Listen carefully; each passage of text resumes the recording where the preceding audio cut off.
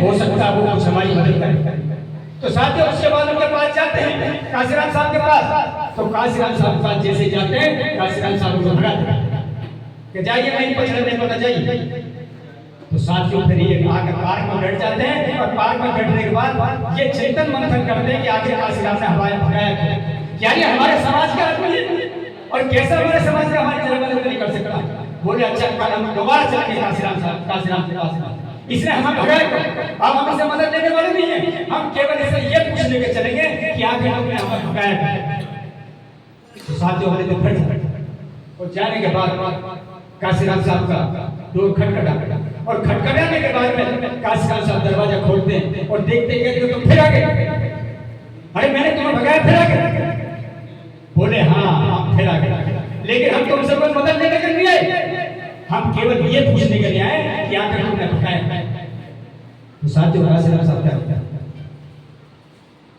कि मैंने तुम्हें इसलिए भगाया कि मैं तुम्हारी लड़ाई शुरू कर देता तो मुझे छोड़कर भाग जाता, मैंने इसे तुम्हें भगाया। तो काशीराम साहब ने कहा कि नहीं, उन्होंने कहा उन्होंने दीना भाना जी ने कि काशीराम हम भागने वाले नहीं हैं, भिड़ने वाले, हम लड़ने वाले हैं। तो काशीराम साहब ने कहा अच्छा लड़ने वाले हो तो चलो ठीक है। तो काशीराम साहब ने प्लान बनाया कि कल जनरल मैनेजर के ऑफिस में जाऊंगा, उसके ऑफिस के 2 दरवाजे हैं और एक दरवाजे पर दीना भाना तुम खड़े होना और एक दरवाजे पर टीके खड़े खड़े होगा और मैं जाकर उससे बात करूंगा।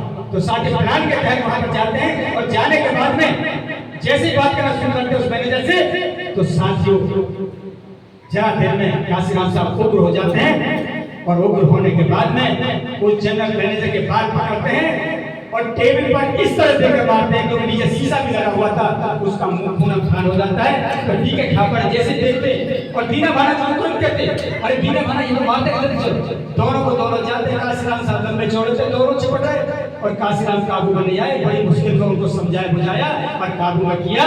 तो साथियों बाहर निकल कर आए, नतीजा ये हुआ कि काशीराम साहब को सस्पेंड किया और दीना भाना टीके खापड़े दोनों को बाहर कर दिया।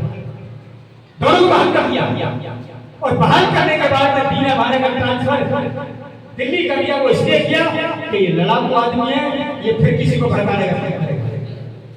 दीना भाना आज हमारे बारे में कि भाई दीना भाना को भूल रहे,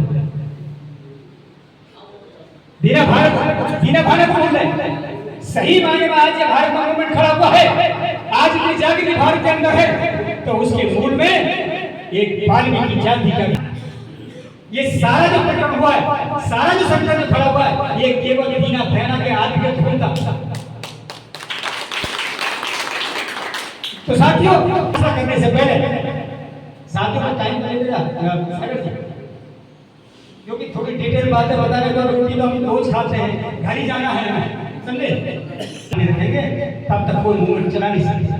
भूतकाल हमारा क्या है, भूतकाल हमारा इतिहास क्या है, हमारा इतिहास क्या है, हमारे इस देश के शासक थे, और वर्तमान क्या है कि आज वर्तमान में हमारे हालात क्या है, भविष्य की दृष्टि क्या है कि हमें इसमें करना क्या है। जब तक ये दीना नहीं हो आपके पास नहीं होगा कि आप मूवमेंट को सही तरीके से नहीं चलाएंगे। तो साथ दीना भाना जी को ट्रांसफर कर दिया था।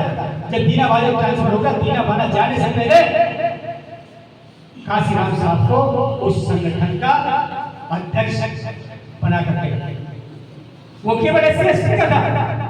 तो साथियों उसके कुछ समय के बाद माननीय काशीराम साहब ने उस संगठन का विस्तार किया।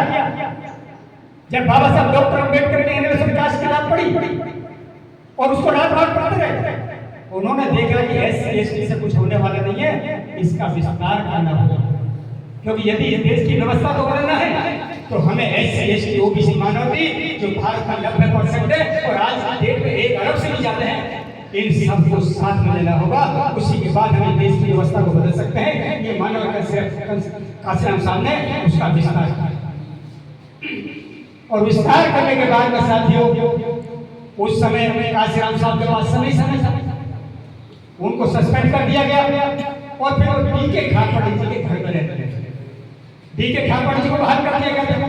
टीके खापड़ जी घर पे खाते थे, उनके घर पे सोते थे और टीके खापड़ जी ने कहा कि काशीराम जी अब आपके पास समय ही समय है और हम आपकी मदद करेंगे, लेकिन आप इसका विस्तार करें।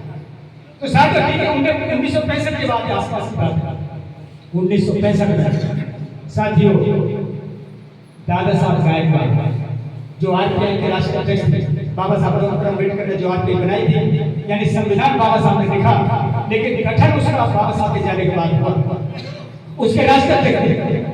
तो साथियों वो नासिक में रहा करते थे, मानव विकास राम साहब जाते हैं उनके पास में, मानव विकास राम अपना पूरा कंसेप्ट को समझाते हैं कि आप जो केवल आपने पार्टी केवल महारों की पार्टी बना दी, केवल महारों की पार्टी बना दी है, केवल महारों से कुछ होने वाला नहीं। हम दूसरों की जो मदद ले रहे हैं, कांग्रेस की मदद ले रहे हैं, दूसरी पार्टियों को मदद लेना चाह रहे हैं, हमें किसी की मदद लेने की जरूरत नहीं है।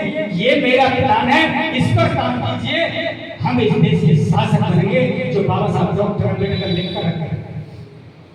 तो साथियों उन्होंने क्या जवाब दिया कि काशीराम तुम नौजवान, राजनीति तुम्हारी समझ में नहीं आती, तुम नौजवानों शादी करो, बच्चे पैदा करो और अपने जीवन को चलाओ, राजनीति को हम पर छोड़ो। तो साथियों मानव काशीराम साहब बड़े हताश होकर उनके पास से आए और साथियों उसके बाद 1972 में कांग्रेस के साथ समझौते की बात हो रही थी। कांग्रेस के साथ एक हॉल के अंदर समझौता होना था, जैसे मोहन धारिया थे, मोहन धारिया और दादा साहब गायकवाड़ का, मोहन धारिया कांग्रेस के थे और दादा साहब गायकवाड़ आरपीआई के थे। तो समझौता होना था, एलायंस होना था। तो एलायंस क्या हुआ कि साथियों लोग विरोध में थे, मानव काशीराम साहब तो पार्टी के सदस्य नहीं थे, लेकिन वो भी अंदर से विरोध में थे। लेकिन साथियों समझौता क्या हुआ कि दादा साहब गायकवाड़ ने बाहर आके ऐलान नहीं किया, ऐलान किसने किया? कांग्रेस के नेता मोहन धारिया ने। उस समय साथियों सीट कितनी थी? 520 सीटें। तो 520 सीट पर मोहन धारिया ऐलान करते हैं कि भाइयों हमारा समझौता हो गया, अलायंस हो गया है, हमारा